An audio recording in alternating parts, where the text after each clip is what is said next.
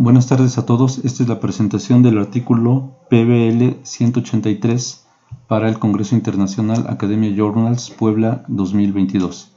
El nombre del artículo es Programación del método de lambda iterativo para el despacho económico de carga. Los autores son David Martínez Martínez, José Francisco Solís Villarreal y Óscar Espinosa Ortega.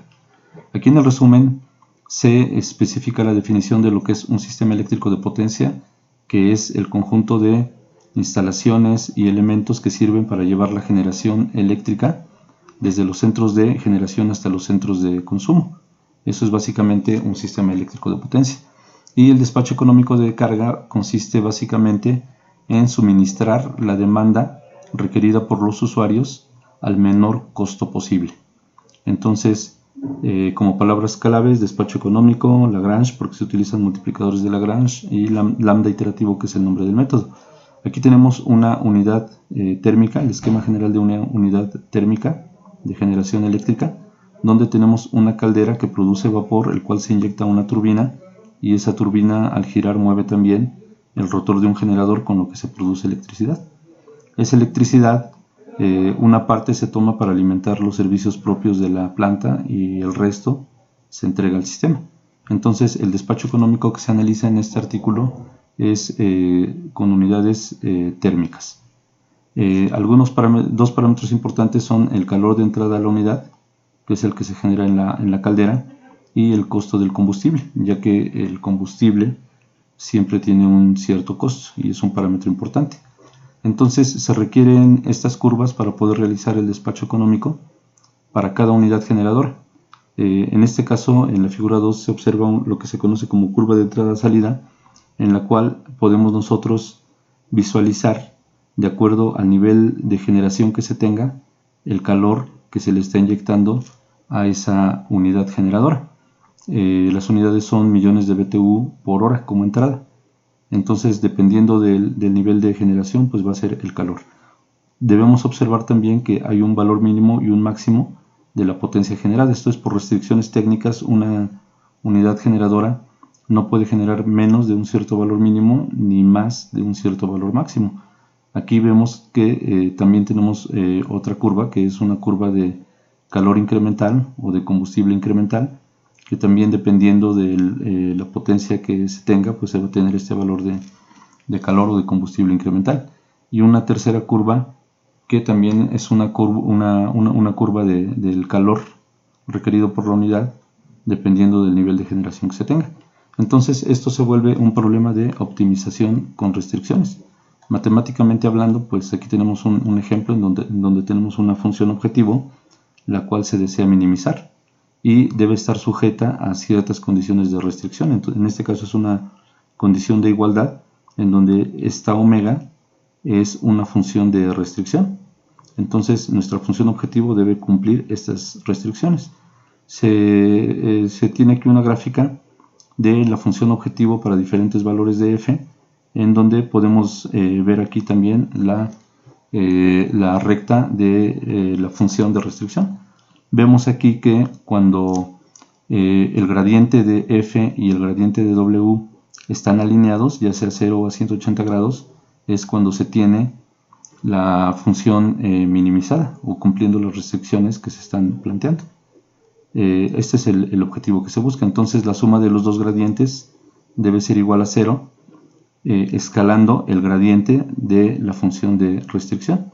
Entonces, esta ecuación se puede escribir de esta forma, y estas son las condiciones que se deben cumplir para tener el cumplimiento de las restricciones planteadas. Entonces, hablando específicamente del despacho económico de carga, tenemos que la potencia generada debe ser igual a la potencia que se está consumiendo, pero con la minimización de los costos. El esquema que se está analizando es este que tenemos aquí, en donde estamos planteando aquí n unidades de generación. Para el caso específico que se analiza aquí, el caso de estudio, se consideran 3 unidades generadoras. Estas 3 unidades generadoras van a producir una potencia P1, P2 y P3, cuya suma debe ser exactamente igual a la potencia que está requiriendo el sistema. aunque el software desarrollado puede incluir n cantidad de unidades. Para validar el software se analiza este caso de estudio que se encuentra en la literatura y en el cual se da cierta información para cada unidad generadora. En este caso vemos que para cada unidad se especifica el valor mínimo y máximo de potencia que puede generar, el costo del combustible para esa unidad generadora y una curva de entrada y salida que se obtiene de las curvas que veíamos al inicio, y estas a su vez pues se obtienen de pruebas de campo o de valores típicos también puede ser. Entonces para cada unidad se especifican estos datos, se lleva a cabo el proceso que se mencionó anteriormente y se calcula el valor de lambda, que es el multiplicador de Lagrange. En este caso nos da un valor de 9.148 pesos por megawatt hora. Con este valor de lambda se calculan entonces ahora las potencias de cada una de las unidades. En este caso vemos estos valores que cumplen con las restricciones para cada unidad generadora. Por ejemplo, aquí la unidad 1 puede generar entre 150 y 600, está generando 393. La unidad 2 entre 100 y 400 está generando 334. Y la unidad 3 entre 50 y 200 está generando 122 megawatts. Entonces vemos que cumplen. La suma de estas tres potencias nos da 850, que es el valor de la demanda del sistema, lo que están demandando los usuarios. Ahora se programa, este método se programa, se está utilizando el lenguaje de programación de Fortran 90. Lo estamos utilizando porque es un software, un lenguaje de programación ampliamente usado en problemas de sistemas eléctricos de potencia, no por alguna otra razón. De hecho, se pudo haber realizado en cualquier otro lenguaje de programación. Entonces aquí se crea un archivo de datos de entrada, el cual contiene la información que se está planteando aquí.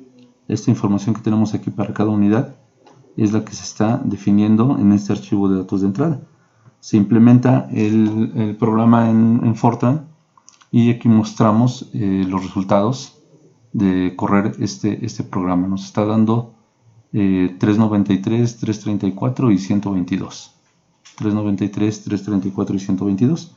Entonces con esto estamos validando el programa, estamos viendo que nos da los resultados esperados de acuerdo a la literatura, y como se mencionaba anteriormente tiene la ventaja de que podemos poner la cantidad de unidades que nosotros queramos. Podemos poner 5, 10, 15 las unidades que nosotros tengamos en nuestro sistema. Por lo tanto se convierte en una herramienta muy útil didácticamente y prácticamente también, porque pues nos está resolviendo un problema real, que es el despacho económico de carga. El único detalle es que no considera las pérdidas del sistema. Por lo tanto, aquí en la parte de recomendaciones se está haciendo la recomendación de que se amplíe el software para que incluya las pérdidas de energía del sistema y pueda dar resultados un poco más reales. Aquí algunas de las referencias tomadas, y bueno, pues eso sería todo. Muchas gracias por su atención.